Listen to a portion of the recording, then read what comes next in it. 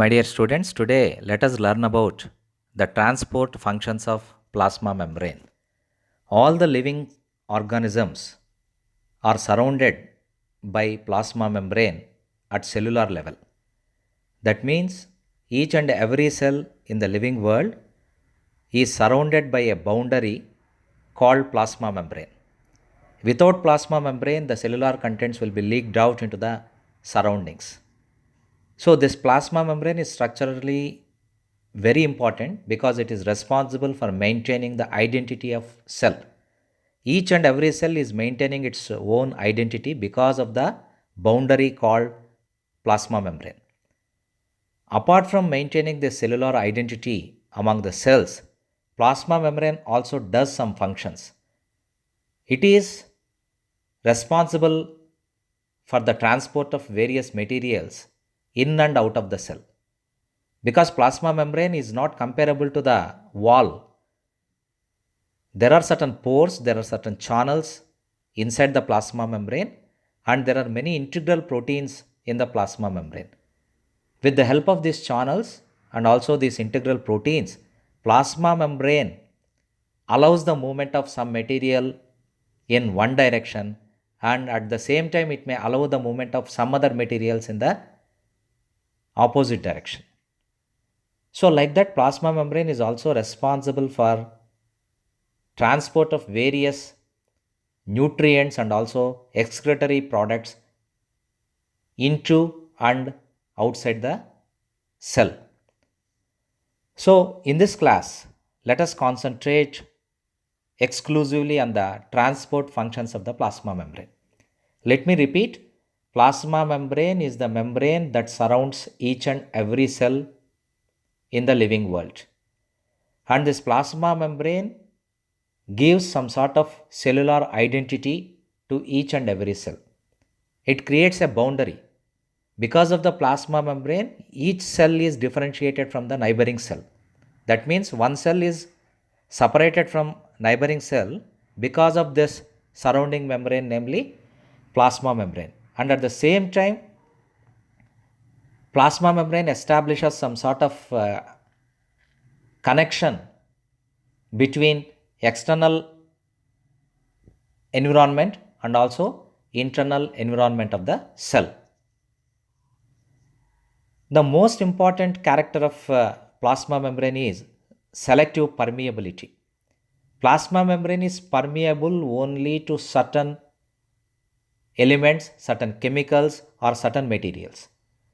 It will not allow all materials into the cell because some materials may be cellular toxins, and some materials may be excretory products, and some materials may be nutrient materials.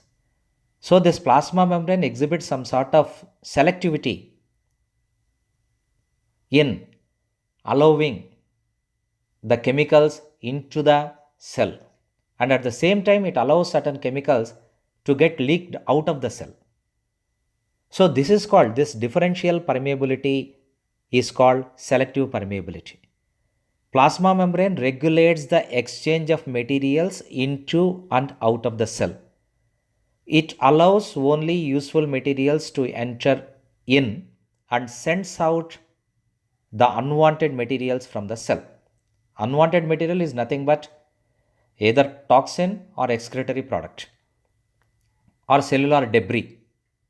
And sometimes even enzymes may be leaked out because, in order to allow the process of digestion to run smoothly, the cell should secrete or the cell should excrete some enzymes into the outside environment.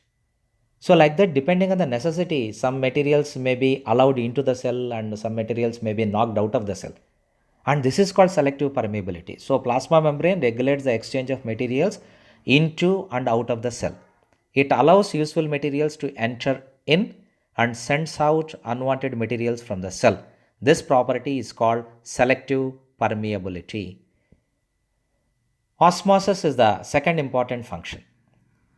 Osmosis is concerned with only movement of solvent particles. It has nothing to do with solute particles. Any solution contains two ingredients. One is the solvent and another one is solute. and normally water is called universal solvent. So we can say that we can just define this osmosis as the movement of water molecules, as the movement of solvent molecules, especially water. Movement of solvent molecules from hypotonic solution to hypertonic solution is called osmosis. Hypotonic solution is the solution where water is more. Hypotonic solution is a diluted solution. Hypotonic solution is the solution where solvent concentration is more, where water concentration is more. If the water concentration is more, such a solution is called a diluted solution. So we can say that hypotonic solution is a diluted solution where there is plenty of solvent molecules in the form of water. Hypertonic solution contains more solutes when compared to water. So hypertonic solution is concentrated in terms of solute particles. In terms of salts, hypertonic solution is highly concentrated. Hypotonic solution is a diluted solution. So we can say that osmosis is defined as the movement of water molecules from the area of its higher concentration to the area of its lower concentration. Here I am stressing it is only the movement of solvent particles. You have to take only solvent particles into consideration. So movement of solvent molecules from hypotonic solution to hypertonic solution via or through biologically active membrane is called osmosis. The membrane that is separating the two solutions should be a living membrane. Movement of water molecules into the cell is called endosmosis and reverse process is called exosmosis. Let me repeat, osmosis is nothing but the movement of solvent molecules or water molecules from hypotonic solution to hypertonic solution, and it is achieved through semi-permeable membrane or biological membrane or some sort of egg membrane or some sort of living membrane. And if the movement of water is towards outside, it is called exosmosis, and if movement of water is towards inside, that is called endosmosis. So movement of water molecules into the cell is called endosmosis and expulsion of water molecules to outside environment is called exosmosis. So endosmosis is entry of water, exosmosis is expulsion of water. Due to endosmosis, the pressure inside the cell increases and this is called hydrostatic pressure or osmotic pressure. So that is the advantage of endosmosis. Due to endosmosis, what is happening? There is some sort of pressure exerted on the cell membrane. That is called hydrostatic pressure. Now let us go to the next function. Here there is a schematic representation of this osmosis. You can see in A beaker, in A picture, you can see there is water on this side and salt molecules on the other side. That means here this is a pure water on one side and on the other side the water is mixed with various impurities like salt molecules. And in between these two solutions you can find this semi-permeable living membrane. And now here the solvent molecules, the water molecules are moving through this semi-permeable membrane and they are reaching the other side of the partition. They are reaching here. As a result, you can see there is increase in the level of water. And by moving of these solvent molecules, on the other side, the solution is getting diluted and as a result, its concentration is becoming equal to this side. Now, this is called isotonic solution. Isotonic solution means equal concentration. Hypotonic solution contains more water, hypertonic solution contains less water, whereas isotonic solution has equal concentration of solvent and solute molecules. So until the solution becomes isotonic, this movement of solvent molecule continues, and this is called osmosis. Now, next function is passive transport. The movement of molecules across the plasma membrane from the region of higher concentration to a region of lower concentration is called passive transport or diffusion. And this passive transport doesn't require any energy. It's just like a downhill movement. If you throw a ball from the top of the mountain to the bottom, it simply rolls down. It doesn't require any energy. So this downhill movement is represented by this passive transport. So passive transport doesn't require any energy. No energy is required here in passive transport, or in diffusion no energy is used. No energy is required here. It occurs through the pores in the cell membrane. This process does not use energy, hence it is called downhill movement. It is called downhill movement. Here you can see in the diagram, as I already told, there are many channels, there are many integral proteins inside the plasma membrane which can allow a molecule either to go out or to come inside, depending on the necessity and depending on the nature of the molecule. Of course, there are various types of movements and there are various types of carrier molecules. There may be uniporter, which can allow the movement of a single molecule in a particular direction. And there may be a symporter, which can allow the movement of two different molecules in the same direction.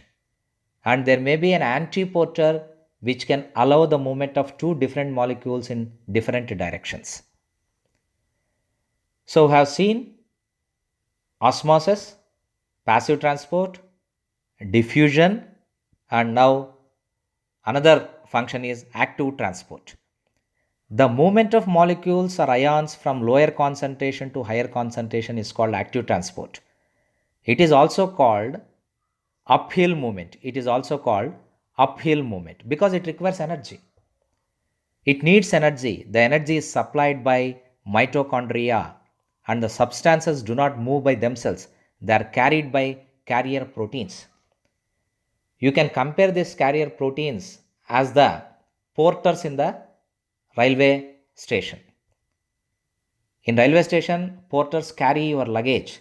Like that, inside the plasma membrane, there are certain carrier proteins which can port or which can teleport or which can symport or antiport these molecules in different directions. Whatever may be, this active transport requires energy and it is called uphill movement, and the energy is supplied by the mitochondria, which is an integral part of the cell. Endocytosis. Ingestion of materials into the cells is called endocytosis. Endo means inside. The substances are absorbed by plasma membrane, forming membrane bound vesicles. These vesicles are called endosomes. Endosomes are nothing but the vesicles formed by the plasma membrane that surrounds a substance. It may be a food material or it may be any solid particle. Endocytosis is simply a mode of ingestion.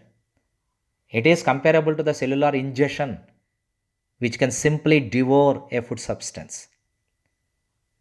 If the vesicles contain harmful microorganisms or large particles, they are called phagosomes. Endocytosis is of two types, of course. One is ingestion of fluid material or intake of fluid material or intake of water or intake of any fluid or any liquid. It is called pinocytosis. This may also be called pinacocytosis.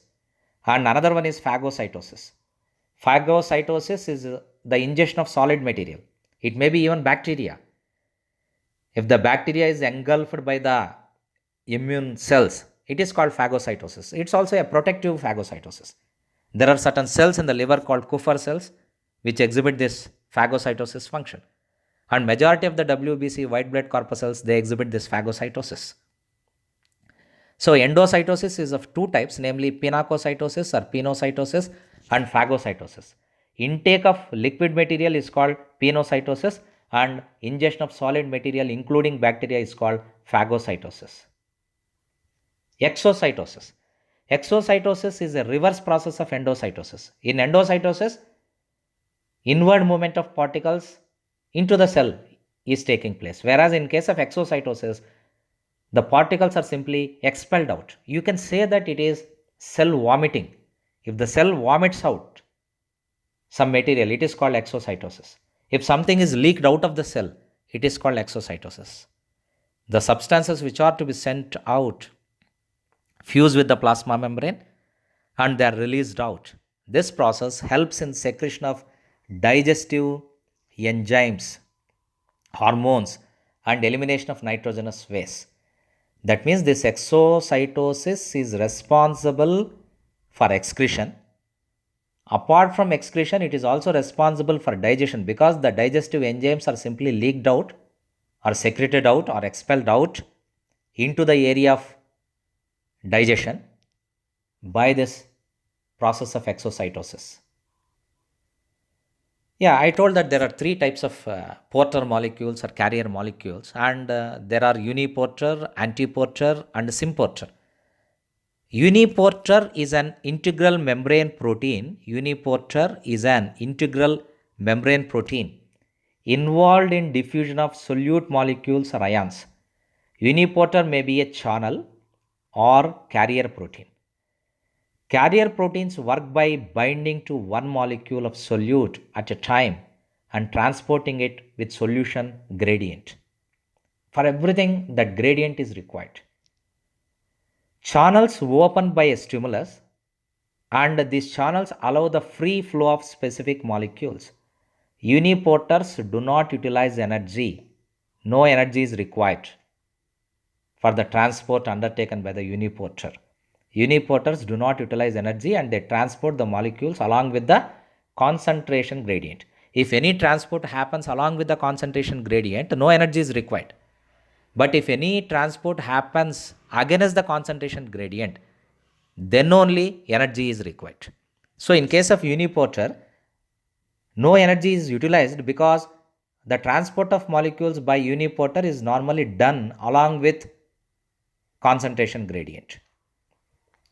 Uniporters are regulated by three stimuli: voltage difference across the cell membrane, physical pressure on the transporter, binding of a ligand to the outside or inside of a cell.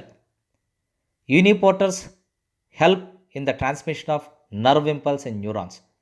Voltage gated sodium channels help in the propagation of nerve impulse across the neurons. We know that sodium potassium pump operates in nerve impulse transmission. Calcium in the presynaptic neuron is transported by voltage gated calcium channels. Calcium released in the synapse binds to ligand gated calcium channel present in the postsynaptic neuron. Potassium leak channels will be there and they restore the resting potential in the neurons after impulse transmission. Symporter. Symporter is an integral membrane protein involved in the movement of two or more different molecules or ions in the same direction across the plasma membrane. In uniporter transport, we have seen that only a single molecule is transported along the concentration gradient in a particular direction. Whereas in case of symporter, two or more molecules will be transported.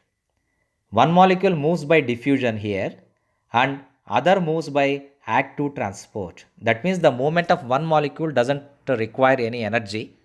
It's a passive transport or it may be by diffusion. Whereas another molecule simultaneously will be transported by spending some sort of energy, and that means another molecule will be transported by active transport. That is the basic difference between uniporter and symporter. In uniporter, only single molecule is transported in a particular direction along the concentration gradient. No energy is required. That is simply a passive process.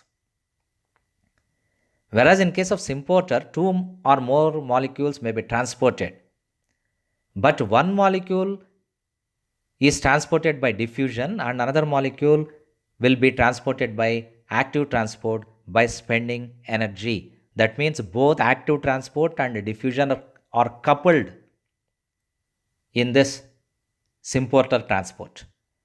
Of course, this is the example. SGC T1 is a symporter present in the intestinal epithelium that transports sodium ion and glucose so that they are absorbed into the blood. Here, two types of materials are being transported. One is sodium ion and another one is glucose.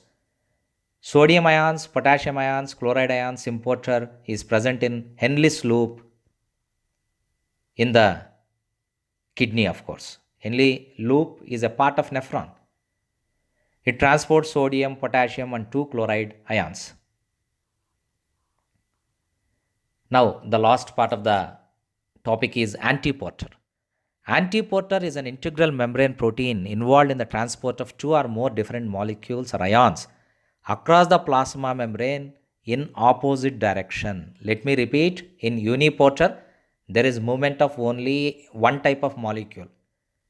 In symporter, two or more molecules are transported, but one is transported by passive process and another is transported by active process. Whereas in case of antiporter, two or more molecules are being transported in opposite directions, not in the single direction, as in the case of uniporter and symporter.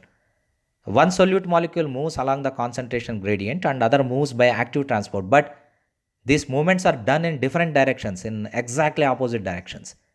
Sodium and calcium antiporter present in many cells to remove cytoplasmic calcium for 3 sodium ions. Yeah, now this is a schematic representation of uniporter where only one type of molecule, namely A, is being transported in one direction, and in case of symporter, you can see there are two types of molecules, namely A and B, but these two are transported in the same direction. Whereas in case of antiporter, A is being transported in one direction and B is being transported in the opposite direction. So that is the difference between uniporter, symporter, and antiporters. So these are the functional, transporting, nature, and duties of plasma membrane. Thank you very much.